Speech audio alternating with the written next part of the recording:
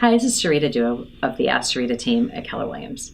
I recently came across this article in Forbes, and it talked about the top 10 markets for investors. And, drum roll please, Portland, Oregon was number 2 of the top 10 markets. And it really got me thinking about what are investors looking for and what are some of the things that we need to think about for investors when they're buying in Portland. Sure, our prices have appreciated quite a bit, so it really is a great market if you can get in as an investor. Investors are competitive, usually they're cash buyers.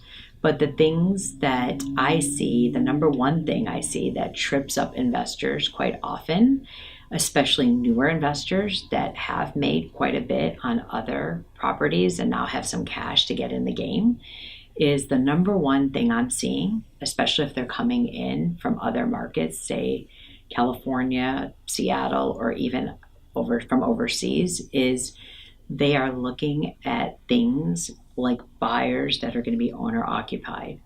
They're looking at the property like they're going to live in it versus looking at it like an investment. To look at a property like an investment, you really have to look at the numbers. There's about 8 different numbers, and I do have another article to look at. 8 different numbers you need to look at. And you really have to look at ratios. What's your return on cash? What's your internal rate of return? What's the cash flow? Does it basically pencil out? If it does, if it's in the black, it makes sense to proceed. If it doesn't, you just pass. Versus, I don't know if I like the way it looks. I don't know if I like the view. I don't know if I like the building.